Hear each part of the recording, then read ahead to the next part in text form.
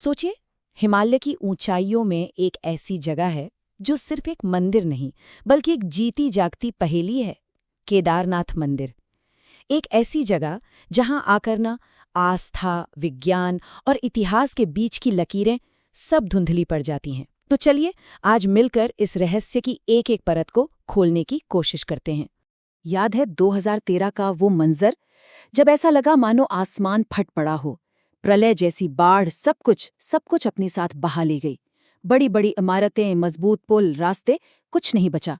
लेकिन उस महाविनाश के बीचों बीच हजारों साल पुराना पत्थर का एक ढांचा अपनी जगह पर यूं ही खड़ा रहा। सवाल ये है, आखिर कैसे? इस तबाही का अंदाजा लगाना भी मुश्किल है। देखिए, जितनी बारिश आमतौर पर पूरे एक महीने में होती है ना, उतनी बारिश सिर्फ 48 घंटों में हो गई। 340 मिलीमीटर्स। ये सिर्फ कोई नंबर नहीं है, ये उस सैलाब का पैमाना है जिसने देखते ही देखते पूरे इलाके का नक्शा ही बदल कर रख दिया।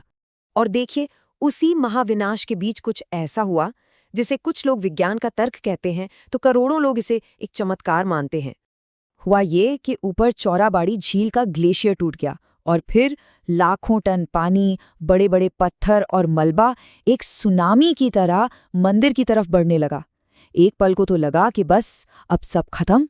लेकिन तभी ऐन मौके पर न जाने कहां से एक बहुत बड़ी चट्टान, एक भीमकाय चट्टान पानी के साथ बहकर आई और मंदिर के ठीक पीछे आकर अटक गई, एक ढाल की तरह। और इसी चट्टान ने, जिसे आज भीमशिला कहते हैं, उस प्रलयंकारी सैलाब को 2 हिस्सों में चीर दिया और मंदिर को एक खरोंच तक नहीं आने दी। तो क्या मंदिर का बचना सिर्फ एक इत्तेफाक था, या एक चमत्कार, या फिर इसके पीछे हमारे पूर्वजों का वो असाधारण ज्ञान छिपा है जिसने एक ऐसी इमारत बनाई जिसे प्रलय भी नहीं झुका सका? मतलब ये सोचने वाली बात है ना कि आज के जमाने में हमारे पास कंक्रीट है, स्टील है, मॉडर्न से मॉडर्न मशीनरी है, फिर भी बिना इन सब चीजों के हजारों साल पुरानी ये इमारत आज की बड़ी बड़ी बिल्डिंग्स से भी ज्यादा मजबूत कैसे निकली? इसका राज छिपा है एक जीनियस तकनीक में, जिसे कहते हैं इंटरलॉकिंग। सोचिए, बड़े बड़े भारी भरकम पत्थरों को इस तरह से काटा और तराशा गया कि वो बिना किसी सीमेंट या मसाले के एक दूसरे में जैसे कोई जिगसॉ पजल हो एकदम परफेक्ट फिट हो गए।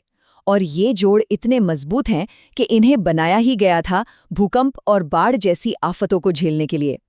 और ये सिर्फ कोई कही सुनी बात नहीं है, बल्कि साइंटिफिक फैक्ट है। Wadia institute of Himalayan geology के वैज्ञानिकों ने भी स्टडी करके इस बात की पुष्टि की है। उनका साफ कहना है कि मंदिर की यही अनोखी बनावट, यही इंजीनियरिंग इसे लगभग इंडिस्ट्रक्टिबल यानी अविनाशी बना देती है।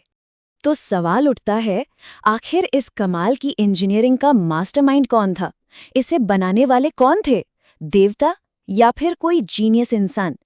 इसको लेकर ना 2 बिल्कुल अलग-अलग कहानियां हमारे सामने आती हैं।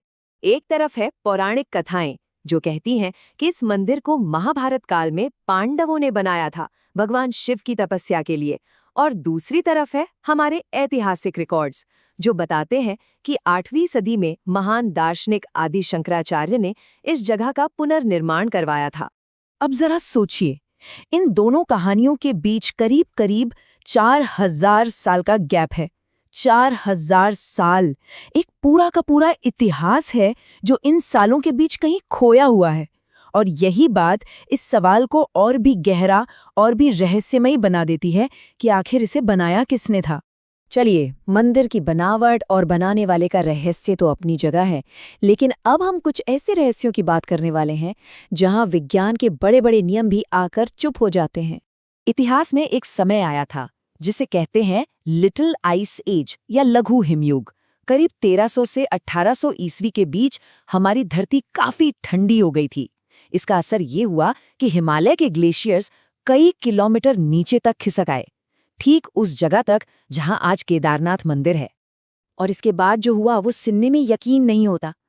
वैज्ञानिकों की रिसर्च ये बताती है कि केदारनाथ मंदिर लगभग 400 सालों तक, जी हाँ 400 साल, एक विशाल ग्लेशियर के नीचे पूरी तरह से दबा रहा।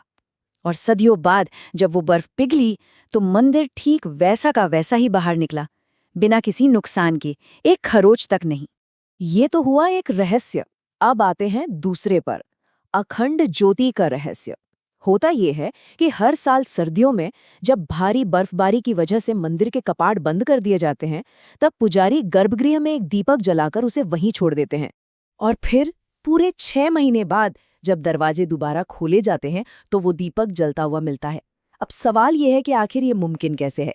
एक बंद कमरा जहाँ 6 महीने में सारी ऑक्सीजन खत्म हो जानी चाहिए, इतनी ठंड में घी को पत्थर की तरह जम जाना चाहिए, तो फिर वो ज्योति लगातार 6 महीने तक कैसे जलती रहती है? ये एक ऐसा सवाल है जिसका कोई तार्किक जवाब आज तक नहीं मिला है। अब तक हम एक मंदिर की बात कर रहे थे, लेकिन क्या हो अगर ये पता चले कि केदारनाथ का रहस्य सिर्फ केदारनाथ तक ही सीमित नहीं है?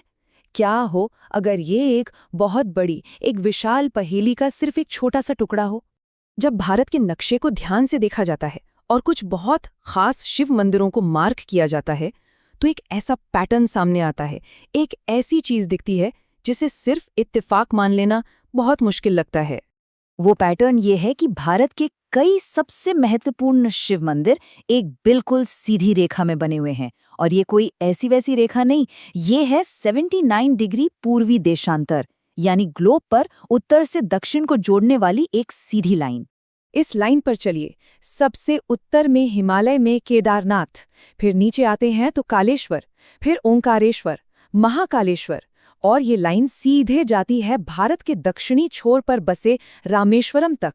सोचे, हजारों किलोमीटर की दूरी और एक परफेक्ट सीधी लाइन।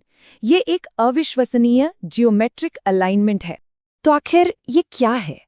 क्या ये सिर्फ एक कमाल का इत्तेफाक है, या ये सबूत है हमारे पूर्वजों के उस अद्भुत ज्ञान का, उनकी एस्ट्रोनॉमी और आर्किटेक्चर की उस समझ का, जिसे हम आज भी पूरी तरह नहीं समझ पाए हैं? या फिर ये कोई दिव्य योजना है जिसके इशारों को हम अब समझना शुरू कर रहे हैं? केदारनाथ का रहस्य शायद हमें यही बताता है कि कभी-कभी कुछ सवालों का जवाब न मिलना ही बेहतर होता है। ये सवाल हमें आस्था और विज्ञान की उन सरहदों पर ले जाते हैं जहां सोचने के लिए एक पूरा नया आसमान मिलता है।